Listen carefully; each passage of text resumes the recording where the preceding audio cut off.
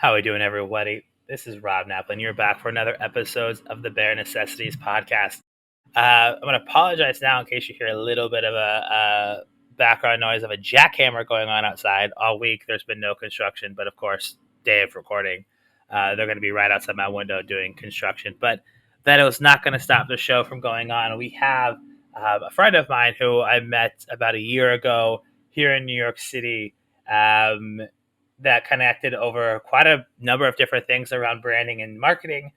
Matt Sawyer is a business and marketing strategist who has helped build dozens of successful brands and startup businesses for both US and specifically international companies coming into the US market. He's currently the managing director of strategy for a consulting firm called Rocket Market Development. And he also teaches business strategy and marketing communications at Columbia University and NYU.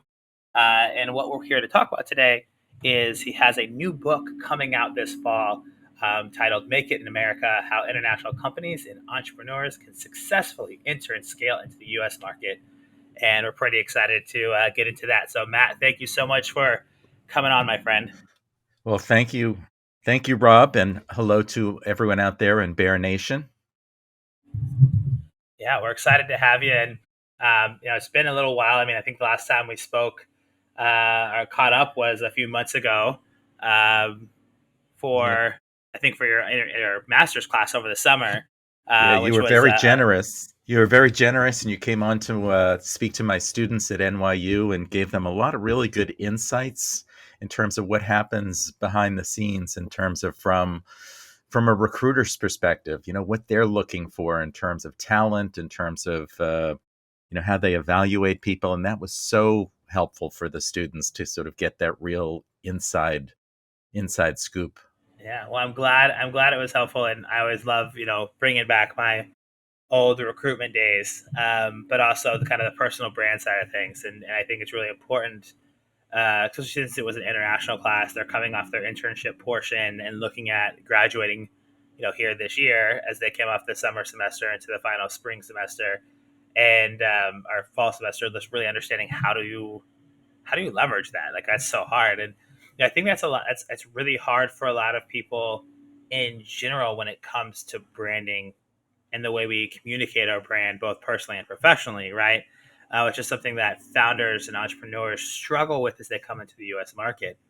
So before we kind of launch into the book, um, I always like to ask teachers this. Is I think it's wildly across the board interesting. But what is it? What do you like most about teaching, and what do you like least about teaching?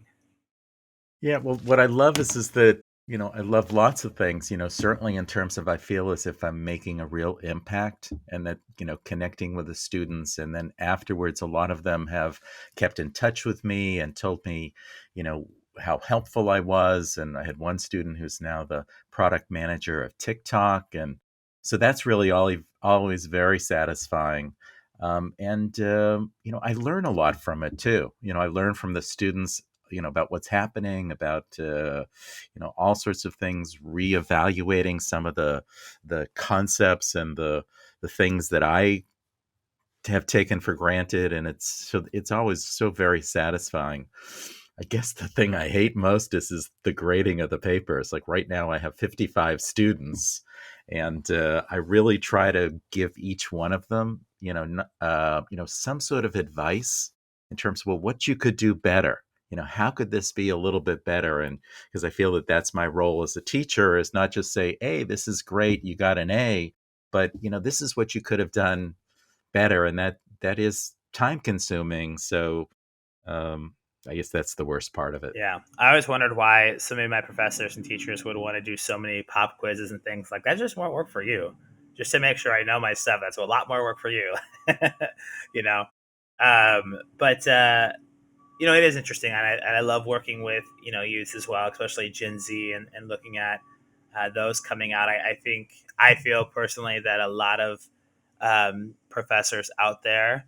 Uh, haven't done a whole lot in the role. I think we're seeing a trend to more of that. A lot more adjunct professors, a lot more professors coming into being a teacher later in their career after running a business or doing something in their field. But when I remember when I was going to school, and I still see it a lot, is that you have a lot of professors that haven't been there and done that, which makes it kind of tough when they're teaching theory. But like theory is only as good as on paper, right? Like Right. there's a lot of great marketing theory. There's a lot of great business theory. There's a lot of great startup theory. But it will smack you on your ass the minute you start putting into practice because there's just so many variables that a book can't cover. And, it's something that I find interesting. And, you're somebody who had spent a career, a decade and a half, 2 decades in your career across a number of different businesses scaling, international companies. So, how have you leveraged kind of your past experience into the way that you teach in your classes? Yeah, well, I was very fortunate in terms of having lots of different worked in lots of different industries. I started in advertising, and in advertising, where you have lots of different. I first started off on a compute working with computers, and the next thing I was working on Campbell Soup, and then Miller Beer, and then we helped Hyundai come into the country. So working in advertising, you have to learn things really quickly. And so that was always, something that gave me confidence that I could do, and it was a skill that I picked up. And then moving in, and I worked at one point, I was vice president of marketing at Snapple. I worked for a consulting firm, Digitas, and, so I had lots of different experiences. And so I can bring those stories into the classroom and then, connect them. It's really funny. Up at Columbia, the first course that they had me teach was a course called The Dynamics of Persuasion. And it went all the way back to like Aristotle and all of these things. And I had never studied any of that. And so I had to study it. And I was like, wow, that's why when I did this at Snapple, that's why that worked. Or, oh, that's why that didn't work. And so it was really sort of connecting those dots and almost like learning later has really been, I don't know if it's an advantage, but it's been fun. And I share that. I try to be as honest and open with the students because they know when you're bullshitting them. They know when you're, just trying to make something up. And so I read this book called they gave us called The Courage to Teach, and that you really have to be out there and you just bare your soul. You bare everything because, that's what the way to connect with the students, and that's what they're expecting. And, it doesn't always work. And there certainly have been some students that have said, no, I don't get this guy. But for the most part, it's been positive. That's awesome. So as you kind of, looking at your background, bringing in, large companies as well as startups, and I kind of mentioned, putting into practice what you teach. How has that translated into the book? And I guess taking a step back, why did you want to write a book in the first place? Well, sort of the funny story is I'll tell you, Rob, and Bear Nation is that this was my COVID project. This is that I had been helping some international companies. I'd been working similar with you with some of the accelerators. I was working with the Canadian Tech Hub and working with some of the European American Chamber of Commerces. So I was doing some consulting work. And then when COVID hit, at NYU, I typically teach in the spring, but their enrollment was way down. They have a huge international population, student body, more than any other uh, school in, I think, the world. And so they didn't need me because they had fewer students. The story now is they have more students than they had, before they started. But I had that free time, and it was sort of a luxury of time that I could then devote to this project. And because of COVID, it was so easy to connect. I connected with over 150 people in 40 different countries in terms of doing research and then collecting. And thankfully, my wife, her job was steady, and so she was able to be very supportive and give me that time to be able to do this. And I think it felt for me, it filled a real gap. It filled a need, and talking to entrepreneurs, talking to people from other countries, and that, the U.S. is really complicated. And there's, whether it's our legal system, our immigration system, financing, there's so many things that are complicated. And what I tried to do is I tried to, explain the rules, explain, what it is. So that was, I use this term when someone comes in, they're entering with eyes wide open. you still need to hire experts. You need to hire sales experts. You need to hire lawyers. You need to hire expert local marketers. But at least you know what you need and what questions to ask. And so I look at the book as sort of a primer for that. I love it. So, I think that you kind of highlighted quite a few things here with, well, one, it's awesome that you had the support to kind of go through this, but, COVID was you know, everyone, it's crazy to think that it's like people, it's either pre or post. It's like we're in a time warp, but, the fact that there was a lot of things we could leverage, right? I wrote a book during COVID as well. That was one of my projects, and launching this podcast was another. But taking that step back and taking the time to do the research based on those connections and leveraging that is really interesting. And we'll get into a little bit about those different things and the advice that we give startups, because I think the really interesting piece to this is that we've forgotten a little bit about what a startup is, right? A lot of companies that are entering the US market are startups in terms of they're starting up in a new market, but they're growth stage companies, right? They're doing 1 million, 2 million, 3 million, 5 million plus. Companies that are true startups tend to be very different financially from a company scaling, right? And so sometimes we lump a lot of this advice into startup advice or startup success, when it's really like, no, that's a growth stage success story. This is a startup story, and here's that swing from growth, startup to growth stage. And so it's really always fun to kind of listen to how that kind of gets put into practice, and you see that differently too, right? When you're bringing, say, a company doing 50 million in another market coming to the US versus a company doing 5 million in their home market, right? The way that those things get looked at are very different, but there's still a lot of things that are complicated with the US system that you still need to kind of set up: legal, tax, accounting, Right. talent, you know, product market fit. You still have to do customer research to make sure that the market's there. So a lot of these different things. So what do you think was one of the biggest surprises when you were doing your research? What was one of the things that surprised you most through your research of talking to 150 plus companies and prepping for this book? Yeah. So the approach that I used was is that first I took the approach of finding out like what people wanted to know. What were the questions? So I did. We have both of us work with the Weave Acceleration, so they were very helpful in giving me the access to their database, and we sent out a questionnaire to, it was 300, 500 people, trying to find out what are the things that you worry about, what are the obstacles that you see. If you want to come into the US, what are the things that you want to know? And so then from there, then I started, and they wanted to know about uh, how to financing, about, big thing was about cultural, how do we overcome cultural issues and problems. So from there, then I took that and then tried to dissect each one of those questions.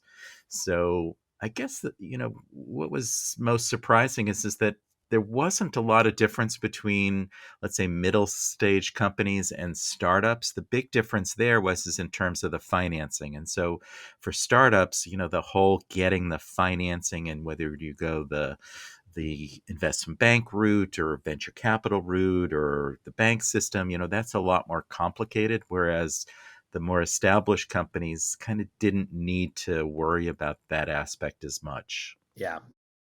Yeah. I mean, that's, you know, 99% of the questions I get is, hey, Rob, can you help me get funding? And it's like, are you set up in the US yet? Do you have a Delaware seed? Do you have these things? Do you have any sales? Like, it's really hard to get funding.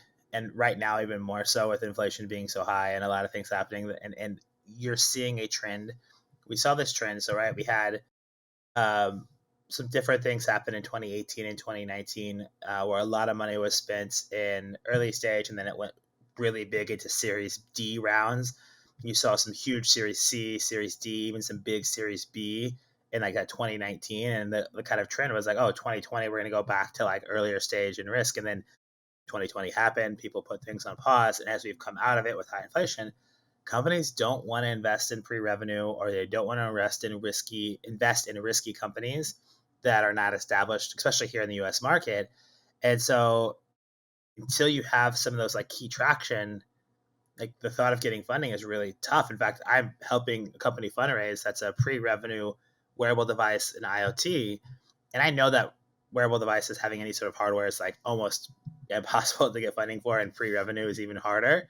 I've Right. been there and done it before, uh, but it's really interesting because we still have this like idea that if you have a good idea and a great pitch, like Adam Newman, you're going to get funding, and that's just no longer the case, right? So talking about your book a little bit, with this process, and putting it out, what do you hope to impact? When you look at, we talk about there's a lot of things that companies have to do. What do you really hope is the impact of the book when it releases? Well, a couple of things. I think number one is that I want to help people. I want to help entrepreneurs. There's an aspect of the book. I have 15 different case studies in there. So you can learn from other people and see some of the mistakes. And, for most of them they're generally positive stories. So I think that in terms of that, but the other part of it is that I really believe in we need as a country, we need more people, we need more companies to come in, we need more entrepreneurial, we need growth, we need talent to come to the US. Our population is getting older, and we're almost becoming like Japan, where you have a stagnant economy because of this aging and because we haven't nurtured the growth. So, and our country was founded on the strength and the power and the ideas of immigrants coming here, and I really feel that that's important. I came from immigrant grandparents that came here, started a store and sold it. And, so I feel as if, I want to give back, and I want to, help people on their, I was lucky enough to, in the book, talk about, being able to kind of live and find my American dream. And I'd really like to help other people do that too. Awesome. And so, what was the in the writing process? Did you ever have that kind of oh shit moment? What am I doing, and why am I doing this? Or did you ever kind of like get nervous or feel that you're just imposter syndrome kicking in of like why am I writing a book? Or did you not go through that at all? It was more about I just didn't know what I was getting into. It was so the first thing I did was is that so so I got a publisher. That was the first thing I did, and sold a publisher on the idea, because I don't think my wife would have let me spend a year working on a project with with just the hope that this thing might sell. So that was the first, and it was sort of going through various stages, and each stage was different. And then the hard part was getting you getting that ugly first draft done. And then the next phase was in terms of the refinement and the editing, which is actually, I like doing that part of it. And then the learning part of it, that was sort of all through the process. So it was just more, I don't know, just like more, I don't know if it's imposter syndrome, is just, almost like jumping into a swimming pool and then finding out after if there's any water in there. Well, sure. Well, yes, but also I think maybe like my imposter syndrome hit about the week, 2 weeks before it came out, like right before the official launch. And I was like, "Oh shit, is this good enough, and why?" So maybe I'll still hit you in a few months, but I know that Yeah. feeling of like, what did I get myself into when I started the project to when I finished the project. As you've kind of come to a close and the book comes out here, and as the time of recording, 2 months, give or take, it comes out in November. It's still close to the end of September, so Yeah, it's yeah, coming up quick. pre-sales are yeah, pre-sales are open now, but I think it's going to start to ship late November. Late November. Yeah. So do you think you'll ever write another book again, or do you think that this is the only one, or how are you feeling after being done? Well, I think a couple of things is that number one is that the topic kind of came to me as I saw this need, I saw this real gap. And so the topic came, and I haven't seen another, and sort of, there isn't another topic that I see like that. So, and I'm not sure, I sort of did this project, and I'm not sure like where it's gonna, I have this gut feeling it's gonna take me to a good place. whether it's speaking engagements, consulting, whether it's, doing some more courses. And while you talked about me doing a course about this book, so I guess I'm kind of open now for what kind of comes up. Yeah, I feel you on that because when I got done, I was like, "Oh, I don't know if I want to go through this again." You know, just that whole process from start to finish. I kind of rushed it. I mean, I procrastinated long enough that I then had to kind of push it to hit my deadlines. I have the next idea. Like I know what I want to write. I just don't know if I'm ready to take that on. Um, but I will say that when you get done and you see that first copy in your hands and you see people starting to buy it and talk about it, it's a pretty cool feeling to think that a lot of people I think want to write books. And they always talk about, oh, I'd love to write a book. I love to do this. Not many people do. So the fact that Yeah, you went out and did it and utilized the time you had to create something is really cool, and no one can take that away from you. So just yeah. kudos on that. I'm Well, thank excited you. to. I know I've had a chance for my listeners out there. I've had a chance to do an advanced reading of part of the book. Very interesting. A lot of things that um, I experience and I deal with as well, and stuff that I coach. Uh, I definitely I think that too coming back, having you come from a heavy advertising background and having started with big companies and then working into entrepreneurship, right? You can see Yeah. some differences in school of thought versus me, who has always kind of worked in more entrepreneurial startups, and I've had a few like corporate stints, but I didn't spend a lot of time in these big companies, and so I found value too of just like seeing the other side of the coin and kind of listening to that from that lens, because I think that you need both lenses to see what resonates with people, and kind of look at it from big to small and small to big. So for those out there, it's definitely worth picking up if you haven't already. I'll put the pre-sale link in the show notes so you can go purchase it. But comes out in November, and we're excited about it, Matt. And I appreciate you kind of sharing a little bit of your journey and sharing some thoughts on it. Before I close out this episode, though, I always like to ask kind of a piece of advice. So, if you're thinking about, let's take it from your teaching lens, right? And you have a number of young entrepreneurs that are saying, "Hey, Matt, how do we, where do we start? What do we do?" That's a big, loaded question. How would you answer that? Yeah, well, I think the thing is that it's really the first part is in terms of getting a good plan, getting a good idea that, one of the things, particularly international companies coming to the US, one of the things is that they sort of said, well, we'll figure it out when we get there. And the similar in terms of, so the one idea in terms of really doing the planning and then sharing that and getting people, like even with the book, like after each chapter, I had people read it. There was a chapter about legal structure, and I had lots of lawyers look at it and read it and give me advice. So getting a lot of input from lots of people and being open to that, I think is really important. And then the other thing, I still remember I had one student. He was a very talented fellow. He was South Asian, and he had a company that he was having handmade wedding dresses made in India, and then he was bringing them into the US. And I remember we had it was an entrepreneurship class, and I had some VCs that were there, and he came up to me and says, Professor, he says, can you help me to introduce me some VCs? Because I really want to get VC money.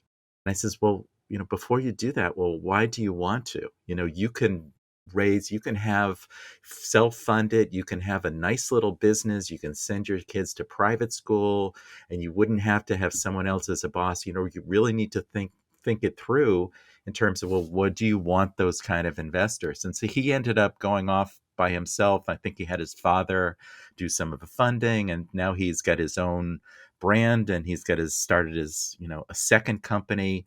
And he thanked me. He said that was really good advice, is that because, people sort of see this, they read about the unicorns, they read about the VCs, and it all sounds kind of sexy. And, but there are other paths, and it's a more of, understanding and looking at and evaluating, what is, and then also what's right for you. Some people have like a high risk they don't care about risk. They go in and try anything. And other people are more cautious. And, you know, you have to understand like where you are and what level of risks that you're willing to take.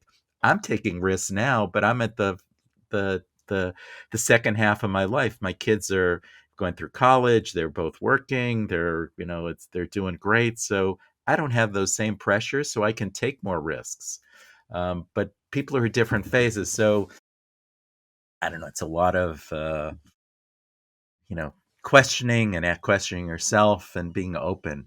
Yeah, I think that's a great piece of advice is really set a plan and then, get it challenged, right? I always tell people don't look for validation, look for opposition, right? You Yeah, want people to challenge you in a positive way because that's how you kind of grow. But if everyone's saying, yeah, it's a great idea, that's a great idea, or yeah, that's cool, and they're not actually telling you how they really feel, it doesn't benefit you. And if you're only looking for that validation, you're only going into circles that are agreeing with you. You're not actually finding that opposition to really lean into and understand. And to that point of, it looks sexy to get VC money, but there's other paths. And the other thing to think about is everyone wants to try to be this unicorn. It's like you could have a 10, 50, $60 million business and be extremely happy and have, a global business with 100 employees. You don't need to be a unicorn to have that lifestyle or those things, depending on the impact you want to make. So I love that you kind of push to set a plan and then get it validated, but also get it challenged and really understand and see what the opinions are. Matt, yeah. I appreciate you being on the show today. Where can the listeners find you and connect with you to learn more? Well, certainly on LinkedIn, it's Matthew Lee Sawyer on LinkedIn, and then the website I have for the book is Matthew Lee Sawyer, two T's, and Matthew SAWYER.com, which has a little bit about the book and about me, and happy to connect with anyone. Excellent. Well, I'll make sure that they are both in the show notes, as well as the link for the pre-order in the show notes, so that you can easily click, connect, and find Matt. So, Matt, thank you so much. We appreciate having you on Bear Nation. Bear Nation, thanks for tuning in. And until next time, stay well and rise up. Bear Nation, thanks for listening to the Bare Necessities of Entrepreneurship. If you enjoyed this episode, please subscribe and leave us a review.